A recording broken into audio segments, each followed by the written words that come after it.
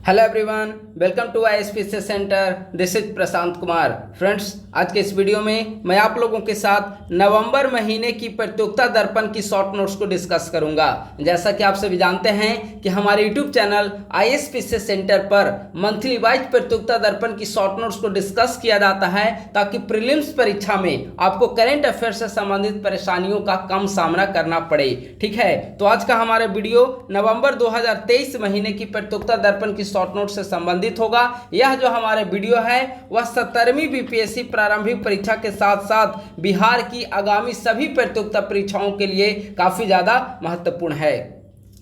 चलिए इसका डिस्कशन हम लोग प्रारंभ करते हैं। सबसे पहला पॉइंट है, आप सभी जानते हैं कि पिछले महीने में संसद का विशेष सत्र आयोजित किया गया था। यह संसद का विशेष सत्र जो है वह 18 से लेकर 22 सितंबर के बीच में आयोजित किया गया था।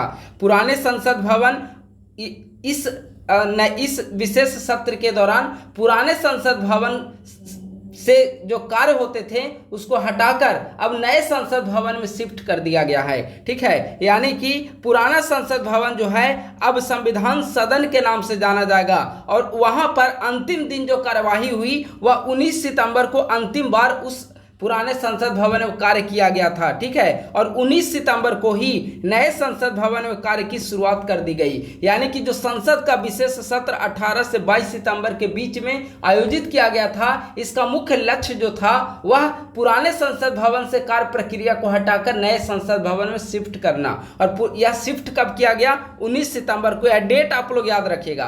देखिए, आपके मन में यह क्वेरी आ रहा होगा कि चूंकि प्रतियोगिता दर्पण का हमने 69th बीपीएससी प्रीलिम्स के लिए भी हर महीने की प्रतियोगिता दर्पण की नोट्स को डिस्कस किया था। आपको ध्यान में आ रहा होगा कि अरे इससे संबंधित तो प्रश्न आए ही नहीं प्रीलिम्स में, तो क्यों हमें प्रतियोगिता दर्पण को कंप्लीट करना है? नहीं, यह सोच बिल्कुल नहीं होनी चाहिए। करेंट अफेयर हो सकता है कि इस बार नहीं आया तो अगली बार हो सकता है कि इसी टाइप के प्रश्न पूछे जाएं जहां पे जो अभी तैयारी किया जा रहा है उससे संबंधित प्रश्न आ सके। ठीक है, तो आपको हर स्थिति के लिए हमेशा आपको तत्पर रहना होगा। अगर फैक्चुअल प्रश्न आए तो बेशक आप वहां पे करंट अफेयर के प्रश्न सॉल्व कर पाएंगे, और अगर कंसेप्चुअल सवाल आए तो थोड़ी सी दिक्कत होगी, उसको एक डेप्थ में जाकर आपको कंप्लीट करना होगा। जैसे मैं यहां पर कोई भी टॉपिक को डिस्कस कर रहा हूं तो आपकी कोशिश होनी चाहिए कि इस टॉपिक को आप डेप्थ में अलग से कंप्लीट करें। जैसे संसद का विशेष सत्र टॉपिक है तो आप जानने की कोशिश करिए कि आखिर भारतीय संविधान के किस आर्टिकल में इसकी चर्चा है। अब जब आप भारतीय संविधान के आर्टिकल के पन्नों को पलटेंगे तो आर्टिकल 85 संसद के सत्र सत्रावसान और विघटन से संबंधित है। ठीक है, तो ऐसे जो है डेप्थ में जाकर आप नॉलेज को कलेक्ट करिए। ऐसे अगर हर एक टॉपिक को कंप्लीट करेंगे तो आपको कभी भी परेशानी नहीं होगी, चाहे बीपीएससी प्रीलिम्स हो या फिर मेंस का हो। ठीक है ना, तो इसे बिल्कुल आप लोग देखिए और इसका फ्रेश नोट्स बनाइए ताकि एग्जामिनेशन के समय जो अंतिम समय में हड़बड़ की स्थिति रहती है, अभी से अगर आप तैयार किए रहेंगे तो अंत में आपको कोई दिक्कत नहीं होगी। ठीक है ना, तो 19 सितंबर को पुराने संसद भवन से नए संसद भवन में कार्य को शिफ्ट किया गया है, और शिफ्ट करने के पश्चात नए संसद भवन में सबसे पहला जो विधेयक पेश किया गया वह विधेयक हर किसी आप लोग इससे अवगत होंगे, नारी शक्ति वंदन अधिनियम। नारी शक्ति वंदन अधिनियम को नारी शक्ति वंदन अधिनियम को सदन के पटल पर 128वें संविधान संशोधन विधेयक के रूप में प्रस्तुत किया गया, लेकिन जब वह पारित हुआ तो 106वां संशोधन अधिनियम के रूप में जाना गया। ठीक है, आप लोग जानते हैं कि इसके तहत राज्य की विधानसभा और लोकसभा में महिलाओं के लिए 33% सीटें आरक्षित करने की चर्चा की गई है। अगर लोकसभा में देखा जाए तो 19 सितंबर को लोकसभा में इसे पेश किया गया और 20 सितंबर को लोकसभा से इसे पारित किया गया है। यहां पर 454 मत पक्ष में पड़े और 2 मत जो था वह इसके विपक्ष में पड़े, प्रस्ताव के विपक्ष में। ठीक है, यानी कि लोकसभा से 20 सितंबर को पारित हुआ, राज्यसभा से 21 सितंबर को पारित हुआ और 29 सितंबर को राष्ट्रपति की स्वीकृति मिली। ये तीनों फैक्ट्स जो हैं वह काफी ज्यादा महत्वपूर्ण है। बीपीएससी प्रीलिम्स या आगामी कोई भी प्रीलिम्स परीक्षा बिहार रिलेटेड देते हैं उसके लिए काफी ज्यादा महत्वपूर्ण है। ठीक है, इसके प्रभावी होने पर लोकसभा की 543 सीटों में से 1/3 सीटें यानी कि 181 सीटें और राज्य की विधानसभा, अगर आप सारे राज्य की विधानसभा की संख्या को जोड़ेंगे तो विधानसभा सदस्य होते हैं 4123, इसका 1/3 यानी कि 1374 सीटें महिलाओं के लिए आरक्षित हो जाएगी। ठीक है, लेकिन यहां पर आप लोग ध्यान देंगे कि ये जो विधानसभा है उसमें पुडुचेरी विधानसभा के लिए यह नियम लागू नहीं होगा। बहुत महत्वपूर्ण है, शायद ही आप लोग जानते होंगे, इस फैक्ट से अवगत होंगे। पुडुचेरी विधानसभा ऐसा विधानसभा क्षेत्र होगा जहां पर यह नारी शक्ति वंदन अधिनियम यानी कि विधानसभा में 33% सीटें जो है वो यहां पर लागू नहीं होगी। तो इसे आप लोग, इस फैक्ट्स को आप लोग ध्यान रखेंगे। अगर आप मौजूदा समय में संरचना को देखें लोकसभा सदस्यों की या फिर राज्यसभा की, तो 3 श्रेणी में सदस्य जो है वह चुने जाते हैं। एक अनुसूचित जाति एससी के लिए रिजर्व होती है सीटें, अनुसूचित जनजाति एसटी के लिए रिजर्व होती है सीटें। इसके अलावा जो सीटें हैं वह जनरल सीट्स के नाम से जाना जाता है, जनरल सामान्य श्रेणी के नाम से जाना जाता है। तो इन सभी तीनों कैटेगरी में 1/3 सीटें जो है महिलाओं के लिए आरक्षित होगी। यानी कि अभी जो शेड्यूल कास्ट के तहत जितनी सीटें आरक्षित है उसके तहत 1/3 सीटें महिलाओं के लिए सिर्फ एससी महिलाओं के लिए आरक्षित किया जाएगा। शेड्यूल ट्राइब्स जो है अनुसूचित जनजाति, इसमें 1/3 सीटें जो है वह एसटी की महिलाओं के लिए आरक्षित किया जाएगा और सामान्य श्रेणी में भी इसी प्रकार की सीटें आरक्षित की जाएगी। तो यह अधिनियम काफी ज्यादा महत्वपूर्ण है। इससे संबंधित एक एक फैक्ट्स को आप लोग कंप्लीट कर लें और मेंस में शॉर्ट नोट्स में भी यह प्रश्न पूछा जा सकता है, तो आपको इसे जानकारी रखनी होगी। ठीक है, अगला आइए, वन नेशन वन इलेक्शन के लिए भारत सरकार के द्वारा 8 सदस्यीय एक कमेटी का गठन किया गया है। कितने समिति में कितने मेंबर होंगे? कुल 8 मेंबर होंगे समिति में। यह समिति 2 सितंबर 2023 को गठित किया गया था और यह जो 8 सदस्यीय कमेटी है इसका अध्यक्ष पूर्व राष्ट्रपति रामनाथ कोविंद को इसका अध्यक्ष बनाया गया है। इसमें रामनाथ कोविंद यानी कि 1+7 मेंबर हैं, एक अध्यक्ष और 7 अन्य सदस्य। अन्य सदस्य में गृह मंत्री अमित शाह, अधीर रंजन चौधरी लोकसभा में विपक्ष का नेता, हालांकि इन्होंने सदस्यता बनने से इनकार कर दिया है। राज्यसभा के पूर्व विपक्ष का नेता गुलाम नबी आजाद, एनके सिंह या वित्त आयोग के सदस्य 15वें, सुभाष कश्यप संविधानविद हैं, हरीश साल्वे अधिवक्ता हैं और संजय कोठारी पूर्व सीवीसी। आप ये भी याद रखिएगा कि यह जो समिति गठित हुई उसमें केंद्रीय सूचना आयुक्त के पद पर कौन कार्य कर चुका है? संजय कोठारी सीवीसी, सुभाष कश्यप संविधानविद हैं, 15वें वित्त आयोग एनके सिंह। ऐसे करके भी प्रश्न पूछा जा सकता है, तो आप लोग इसे याद रखिएगा। अगर विशेष आमंत्रित सदस्य देखा जाए वन नेशन वन इलेक्शन के तहत, तो विशेष आमंत्रित सदस्य के रूप में अर्जुन राम मेघवाल केंद्रीय कानून मंत्री को बनाया गया है। वहीं इसका सचिव नितिन चंद्रा को बनाया गया है। तो यह प्रश्न काफी ज्यादा महत्वपूर्ण है। ठीक है, आप लोग इसे याद रखेंगे। अगला है C-295 परिवहन विमान जो है उसे वायुसेना में शामिल किया गया है। एक्चुअली अगर आप देखेंगे तो C-295 परिवहन विमान के लिए यह यूरोप की Airbus defence and space company के साथ करार किया गया था।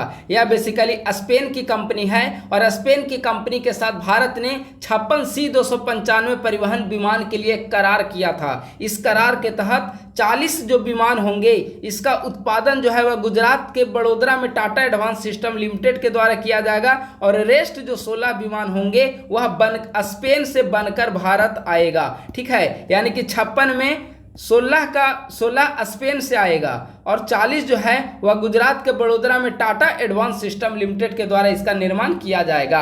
ठीक है, यह पहला विमान जो है 13 सितंबर 2023 को भारत को पहला विमान सौंपा गया।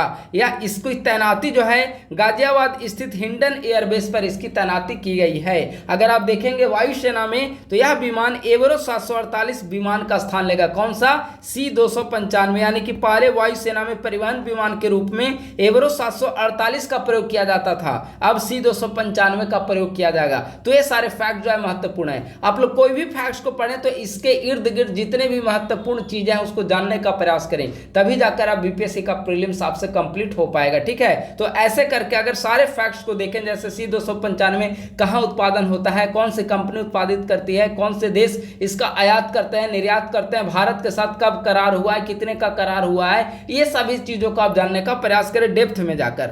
ठीक है, अब अगला महत्वपूर्ण पॉइंट है, चंद्रयान और सूर्ययान के बाद भारत के द्वारा समुद्रयान की लॉन्चिंग की घोषणा की गई है। यह लॉन्चिंग कब की जाएगी? 2026 ईस्वी में यह लॉन्चिंग संभावित है। इससे संबंधित मंत्रालय कौन सा है? भू विज्ञान मंत्रालय। यानी कि भू विज्ञान मंत्रालय ने घोषणा की है कि वर्ष 2026 में समुद्रयान की लॉन्चिंग की जाएगी। इसका नाम क्या दिया गया है? मत्स्य 6000 इसका नाम दिया गया है। बेसिकली इसका निर्माण चेन्नई स्थित national institute of ocean technology NIOT के द्वारा किया गया है। तो यह भी काफी ज्यादा महत्वपूर्ण है, आप लोग इसे अच्छे से याद रखेंगे।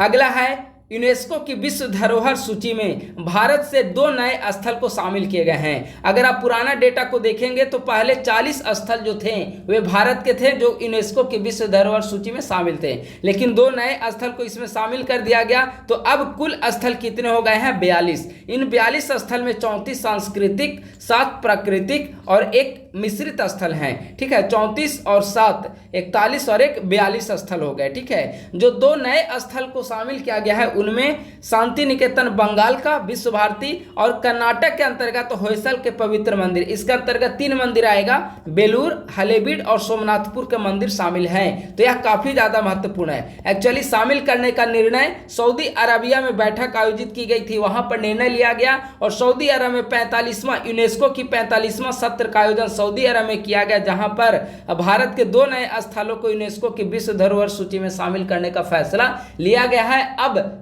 स्थलों की संख्या बढ़कर 42 हो गई है। ठीक है, अगर होयसल के बारे में जानकारी देखा जाए तो होयसल दक्षिण भारत का प्राचीन राजवंश था।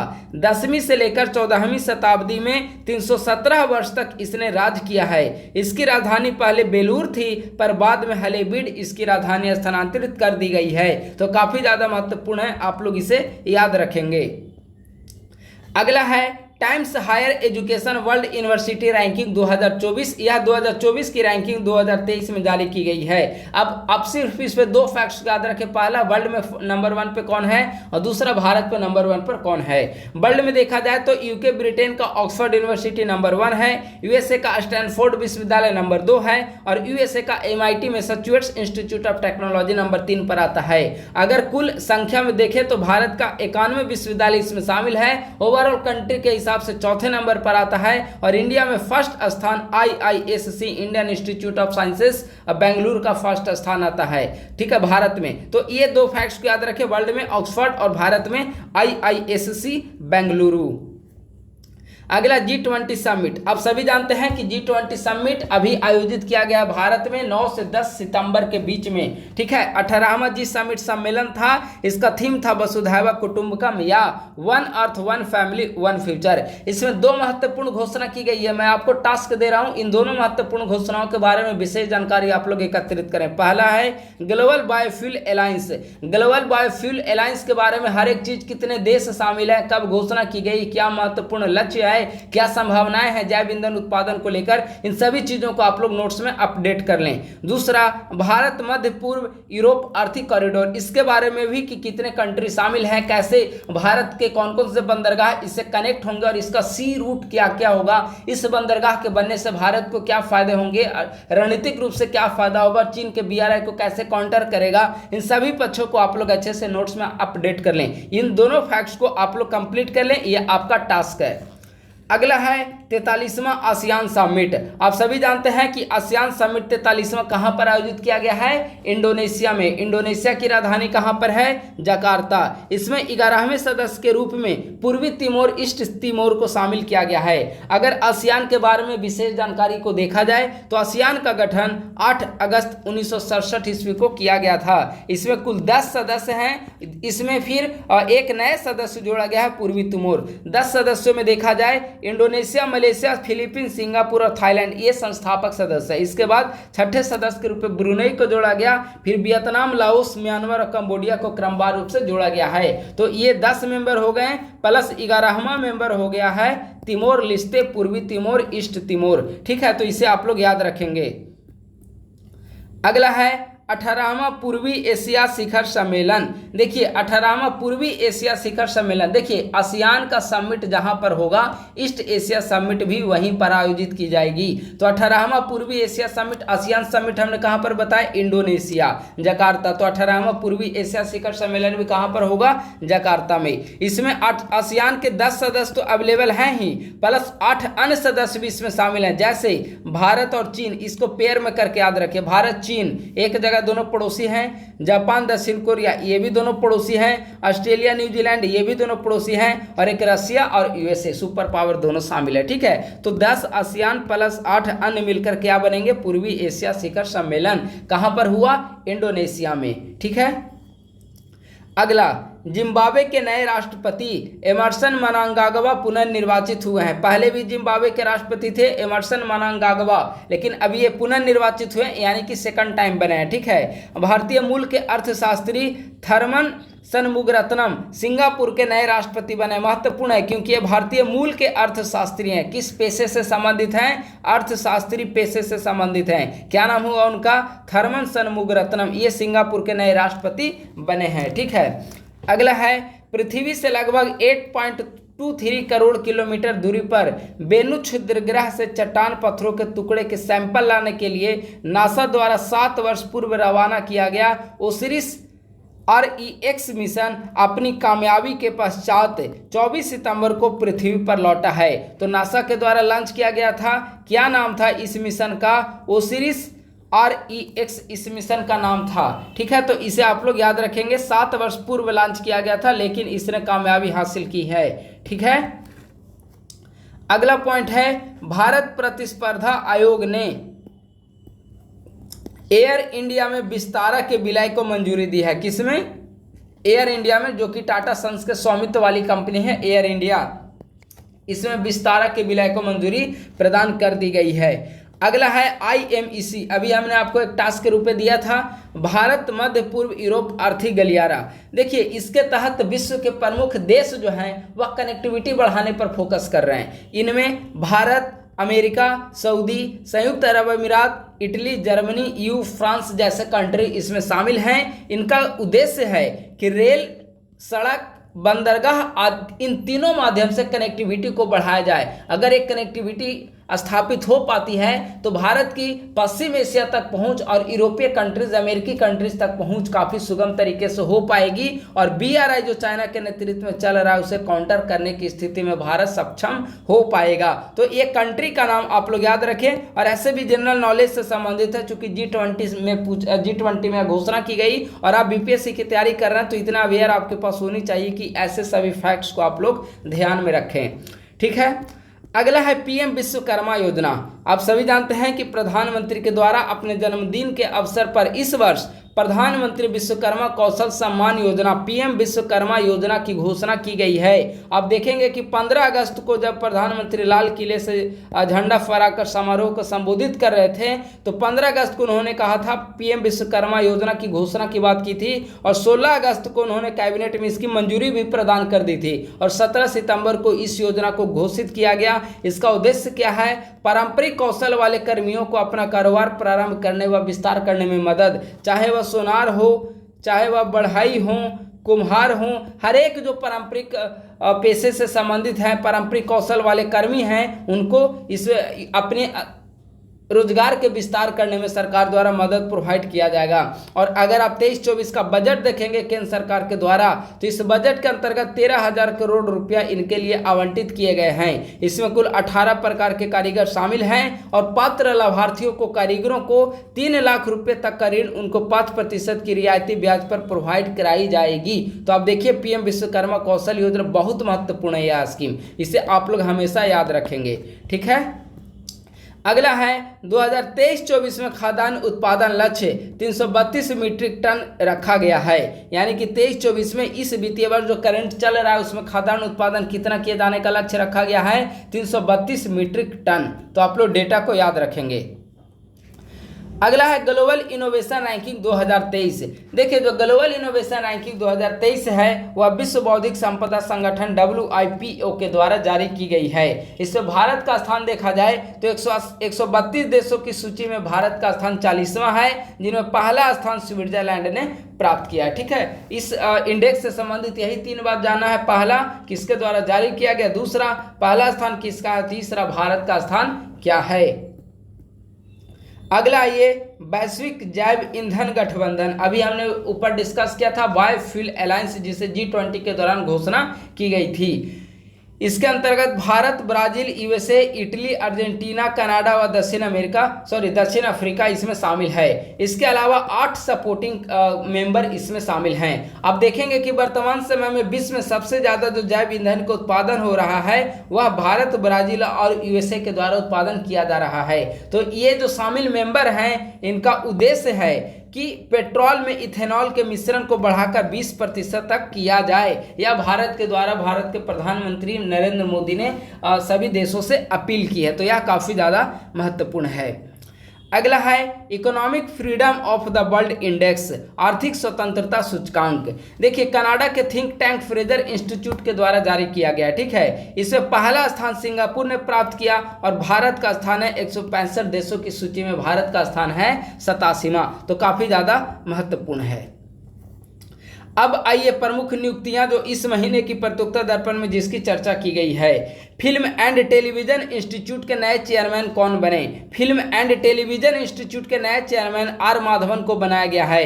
ICICI बैंक के MD एवं CEO chief executive officer Sandeep Bakhshi, Kotak Mahindra bank के MD एवं CEO Deepak Gupta, HDFC bank के MD एवं CEO शशिधर जगदीशन को बनाया गया है। तो ये महत्वपूर्ण नियुक्तियां हैं। इसके अलावा कई सारे पुनर्नियुक्ति की गई है, उसे मैं यहाँ पर डिस्कस नहीं कर रहा हूँ। मैं वही सिर्फ पॉइंट को डिस्कस करूंगा जो कि प्रीलिम्स में पूछे जाने की पॉसिबिलिटी है। ठीक है, अगला आइए संगीत नाटक एकेडमी अमृत पुरस्कार। देखिए 75 वर्ष से अधिक उम्र के 84 कलाकारों को संगीत नाटक एकेडमी अमृत पुरस्कार प्रदान किया गया। ठीक है, अगला है नॉर्मन ई बोरलॉग पुरस्कार 2023। नॉर्मन ई बोरलॉग पुरस्कार 2023 डॉक्टर स्वाति नायक को प्रदान किया गया है। RBI गवर्नर शक्तिकांत दास को US पत्रिका ग्लोबल फिनांस ने केंद्रीय बैंकों की रेटिंग में A+ ग्रेड प्रदान किया है। ठीक है, अगला है 2023 के रेमन मैग्सेसे पुरस्कार विजेताओं में भारत के कैंसर रोग विशेषज्ञ डॉक्टर रवि किन्नन भी शामिल है। काफ़ी ज़्यादा महत्वपूर्ण है। ठीक है, 4 लोगों को रेमन मैग्सेसे पुरस्कार प्रदान किया गया, जिनमें भारत के एकमात्र व्यक्ति कौन है शामिल? यह है कैंसर रोग विशेषज्ञ डॉक्टर रवि किन्नन। अगला है 2021 का दादा साहब फाल्के पुरस्कार। 2021 का दादा साहब फाल्के पुरस्कार वहीदा रहमान को दिया गया है। यह भी काफ़ी ज़्यादा महत्वपूर्ण है। अगला कुछ महत्वपूर्ण निधन जहां से प्रश्न बन सकते हैं। सबसे महत्वपूर्ण है MS स्वामीनाथन, जिन्हें भारत में हरित क्रांति के जनक के रूप में जाना जाता है। स्वामीनाथन, इनकी डेथ हो गई है 28 सितंबर को चेन्नई में। इनकी अध्यक्षता में 2006 में राष्ट्रीय किसान आयोग या फिर स्वामीनाथन आयोग का गठन किया गया था, जिसने 1.5 गुना MSP के रूप में प्रोवाइड कराए जाने की घोषणा की थी। यह महत्वपूर्ण है। ठीक है, भारत में हरित क्रांति के जनक। और इसके पश्चात अब देखेंगे कि किस प्रकार से भारत में खाद्यान्न उत्पादन में तेजी से वृद्धि होती है। इसके बाद एक और महत्वपूर्ण निधन हमें जानना महत्वपूर्ण है, वह सरोजा वैद्यनाथन। ये बेसिकली भारतनाट्यम नृत्यांगना है सरोजा वैद्यनाथन। इसे आपको जानना जरूरी था। किस नृत्य से संबंधित है? भारतनाट्यम। ठीक है, अगला कुछ महत्वपूर्ण बुक्स है जिसे भी जानना जरूरी है। We also make policy, Subhash Chandra Garg के द्वारा। स्मोक एंड असेस, आपने कई बार पढ़ा होगा smoke and assess, Amitabh Ghosh. You must know your constitution, Fali S Nariman के द्वारा। ठीक है, ये है सुप्रीम कोर्ट में न्यायाधीश वगैरह। ठीक है, तो ये तीनों बुक काफ़ी इजी है, तीनों महत्वपूर्ण भी है। वी आल्सो मेक पॉलिसी, हम लोग भी नीति बनाते हैं। किसके द्वारा? सुभाष चंद्र गर्ग के द्वारा। Smoke and assess Amitabh Ghosh के द्वारा। और you must know your constitution Fali S Nariman के द्वारा। ठीक है, अगला है, रेलवे ने जम्मू कश्मीर के उधमपुर रेलवे स्टेशन का नाम बदलकर शहीद कैप्टन तुषार महाजन कर दिया है। बहुत महत्वपूर्ण प्रश्न है पीटी फैक्ट के लिए। ठीक है, जम्मू कश्मीर के उधमपुर रेलवे स्टेशन का नाम बदलकर शहीद कैप्टन तुषार महाजन के नाम पर कर दिया गया है, तो आप लोग इसे याद रखेंगे। अगला और प्रतियोगिता दर्पण का लास्ट है, भारत ड्रोन शक्ति 2023 का आयोजन कहां पर किया गया? तो भारत ड्रोन शक्ति 2023 का आयोजन हाल ही में गाजियाबाद में किया गया है। आप सभी जानते हैं कि वर्ष 2030 ईस्वी तक जो 2021 में ड्रोन पॉलिसी लाई गई है केंद्र सरकार के द्वारा, उसमें कहा गया है कि वर्ष 2030 ईस्वी तक भारत को एक ड्रोन शक्ति के रूप में इमर्ज करना है, ड्रोन शक्ति के रूप में स्थापित करना है। तो इस दिशा से ड्रोन शक्ति 2023 का आयोजन उत्तर प्रदेश गाजियाबाद में इसका आयोजन किया गया है। ठीक है, तो दोस्तों आज का जो हमारा नवंबर महीने का प्रतियोगिता दर्पण डिस्कशन है वह समाप्त होता है। एक महत्वपूर्ण सूचना आप सभी के लिए, ISPC सेंटर यूट्यूब चैनल के द्वारा प्रति माह प्रतियोगिता दर्पण का सिनॉप्सिस नोट्स हमारे यूट्यूब चैनल ISPC सेंटर पर डिस्कस किया जाता है, ताकि BPSC प्रीलिम्स परीक्षा के साथ साथ अगर आप आगामी बिहार की प्रारंभिक परीक्षाओं की तैयारी कर रहे हों तो वहां पर करंट संबंधी समस्याओं का आपका कम समस्या का सामना करना पड़े। इसका PDF आपको 2-4 दिनों के अंदर हमारे टेलीग्राम ग्रुप @ISPC सेंटर पर आपको प्रोवाइड करा दिया जाएगा। थैंक यू सो मच, बहुत बहुत धन्यवाद।